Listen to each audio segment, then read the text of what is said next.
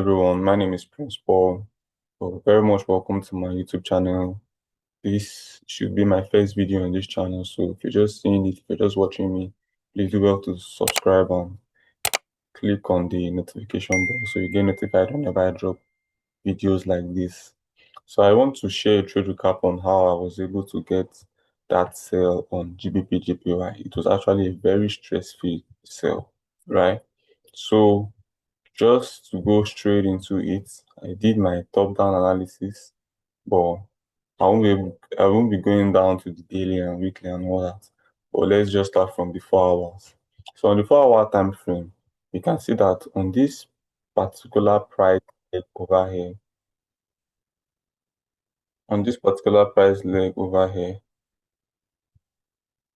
sorry, excuse me. Yes, on this particular price leg over here, price was bullish, right? And over this point, at this point, we had our shift of market structure, change of character, what you call it. And after that, we saw what? We saw a bearish move, right? We saw a bearish move. So now, following the structure, I'll just mark the most recent break of structure to the upside, which was over here. Remember, this is the 4 hour time frame, right? Most recent break of structure to the upside. Mark it.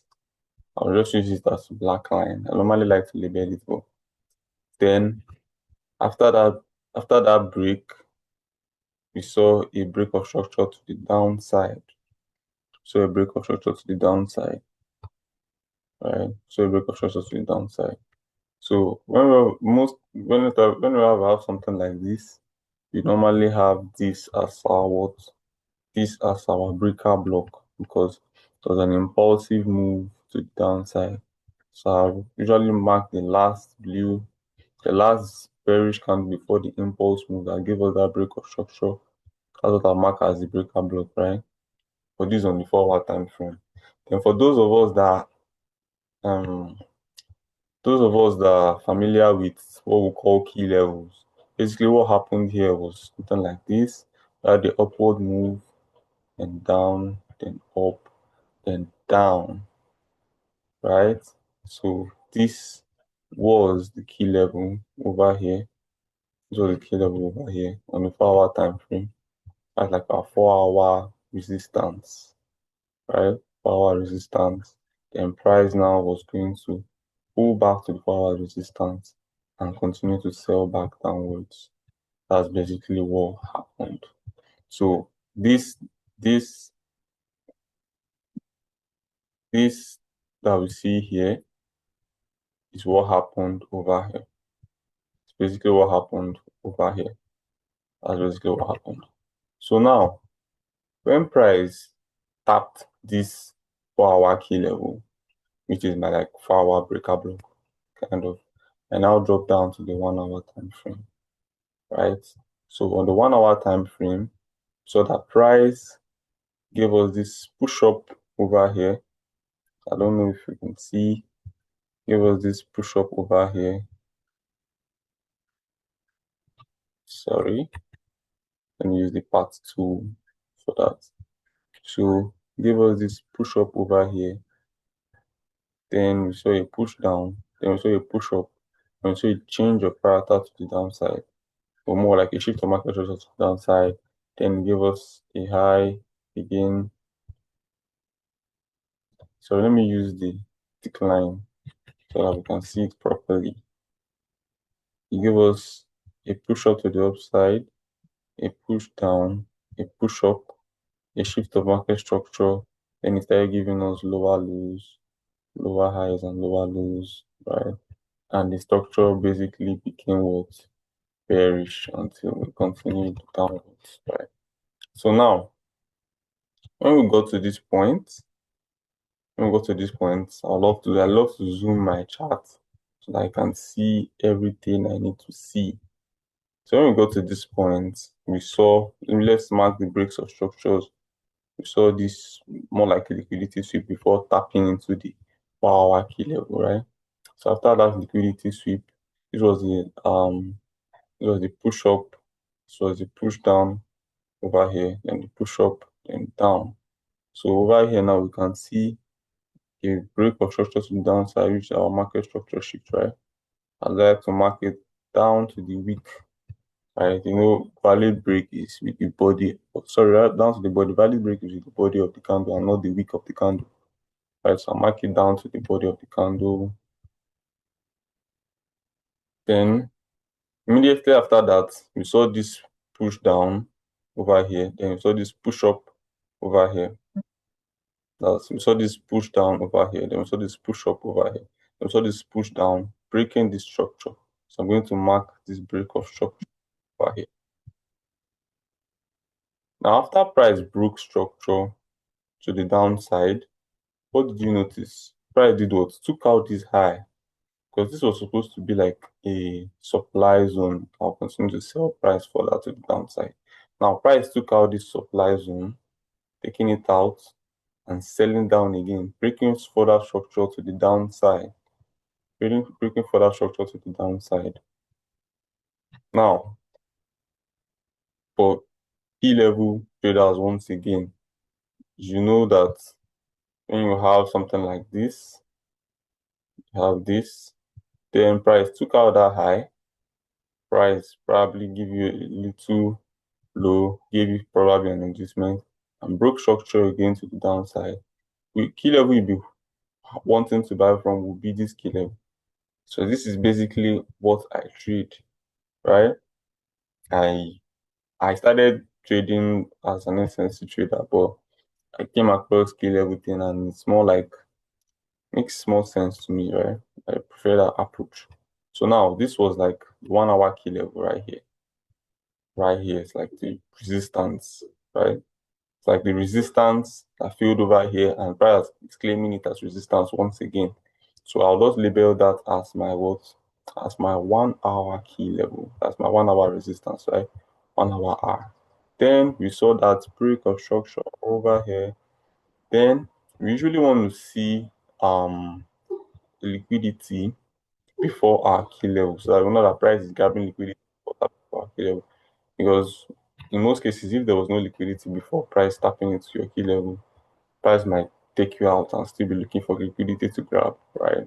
We work with liquidity so much, especially in the forex market. So that was the liquidity price grab over there. Here, it's liquidity. Now interpreting it in the live chart, price simply, this was the key level, right? This high. If I go to my line chart, you see it here. This high. It was the key level, got filled. This key level got filled. That was workout filled here. Price later came to tap into it and continue to sell back down. So I normally use my rectangle tool. Some people use lines. I normally use my rectangle tool to like mark the key levels, and I use it. I use the wicks, right? I use the rectangle and mark it from the wicks, right? So this was the key level price reacted from for this particular sell. Then you can see this was a push up, a push down, a push up, taking out this high, then a push down. Price gave us a little, let's say, retracement up to this low, this very low over here. Gave us a push up again, then a push down. So this high now is going to be what? It's going to be our liquidity, right? The liquidity that price grabbed before rallying for that sell, right? I'm just going to name it liquidity. Then after price gave us that liquidity, the next target was going to be this external range low, right? This will be the next round liquidity, because that was the last place. That was the last place. I'm going to name that my low target, right?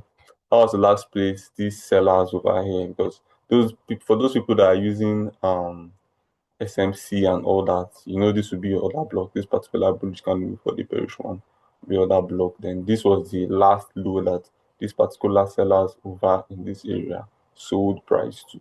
So with that being said, I just placed my limit here. Sorry, short, not long. Place my limit over here. I made my stop loss to be above this particular low, that's liquidity. If you look at this kind of entry model, it will remind you of the QMR, right? Popular dark strategy kind of thing. And to be honest, I really, really love it, right? So ISL is this red line. Basically, that's where if price get there, I'm no longer interested in the trade. Just a little peeps above the SL and we're good. Then my TP will be at the next external range low and boom. That's how we go 3.4R on GBPJPY, basically. So this was what I was replicating, right? This move over here. Sorry, I didn't copy everything. This move over here was basically what's happening.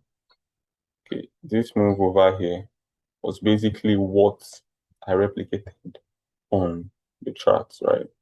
So this is like an entry model, and it's a very, very reliable one. Very, very reliable one. So this that happened over here is exactly what happened on this trade. Just that simple. TP hits our 3 hour back, 3.4 hour back, and are done. Probably see more trades and mind you, I just took this TP just to be out.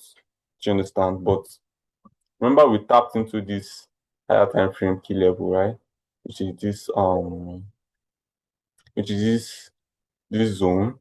Now the external low, like the overall external low, which is like our, let's say, TP2, because this target would be like our TP1, right?